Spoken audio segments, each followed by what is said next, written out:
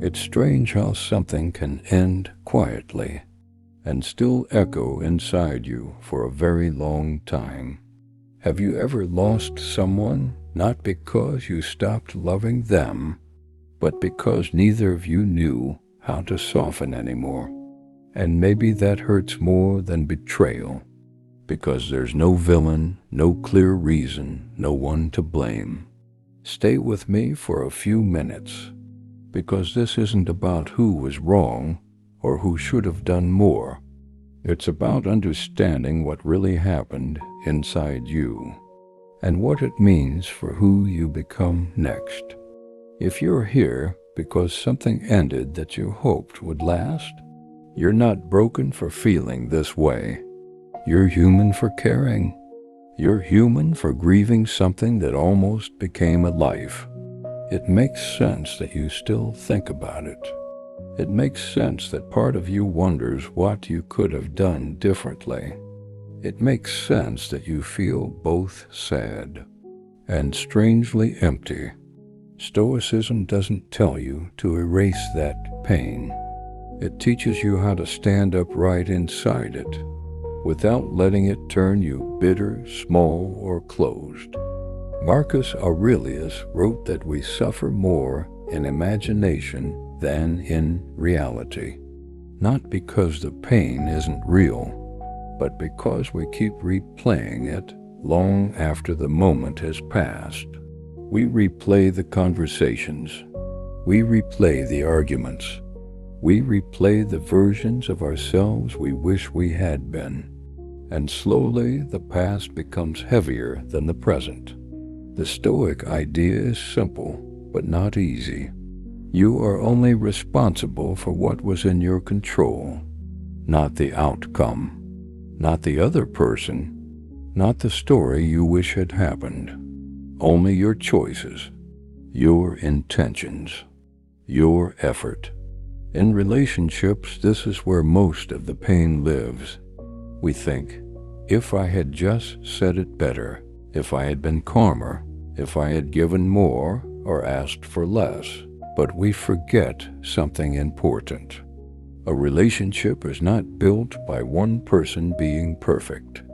It's built by two people being willing to listen, willing to bend, willing to choose peace over pride. And when that willingness disappears on either side, the structure weakens, no matter how strong the feelings once were. Ego is not arrogance in the loud sense. It's not always selfishness.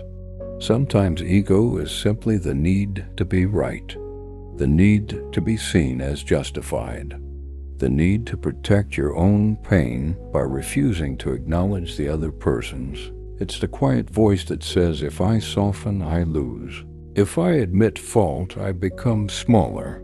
If I yield, I'm not respected. But that voice is wrong. Yielding in love is not shrinking. It's making space.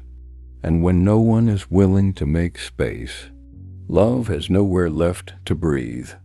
So what do you do with this understanding? You don't use it to punish yourself. You don't use it to shame the past. You use it to become more conscious in the present. Starting today, try this. When you feel the urge to defend yourself, pause, not to surrender your truth, not to accept blame that isn't yours. Just pause long enough to ask one quiet question inside. Am I trying to be understood, or am I trying to win? That single question can change the entire emotional direction of a moment. When you notice yourself replaying the past, gently bring your attention back to what's here. Your breath, your body, the room around you. Not as a distraction, but as a reminder. You are alive now, not then, and your life is still unfolding. When you speak about what happened, do it without needing to be right about it. Say, this is what I felt, not, this is what you did wrong. That language keeps your heart open instead of armored, and slowly something shifts. You stop needing the past to validate you. You stop needing the other person to understand in order for you to be at peace. You begin to carry your story lightly instead of dragging it behind you, not because it didn't matter, but because it no longer defines who you are. You are not someone who failed at love. You are someone who loved and learned. You are someone who now understands the cost of pride, the value of gentleness, the strength of emotional humility. You are becoming someone who can hold conflict without turning cold, who can feel pain without becoming resentful, who can lose something meaningful without losing yourself. That is not weakness. That is depth. That is maturity. That is quiet strength. Take a moment here. Let your shoulders relax. Let your jaw soften. Let your breath become slow and easy. Nothing is required of you right now. Not understanding, not forgiveness, not closure, just presence. The relationship ended, but your capacity for love did not. Your openness did not. Your worth did not. Carry that with you, not as a lesson carved in stone, but as a gentle awareness in your heart. If this reflection spoke to you, if it helped you feel a little more understood, you're welcome to stay. You can subscribe if you'd like more quiet reflections like this. You can like the video if it gave you a sense of calm. And if you feel comfortable, you can leave a comment about what this experience taught you.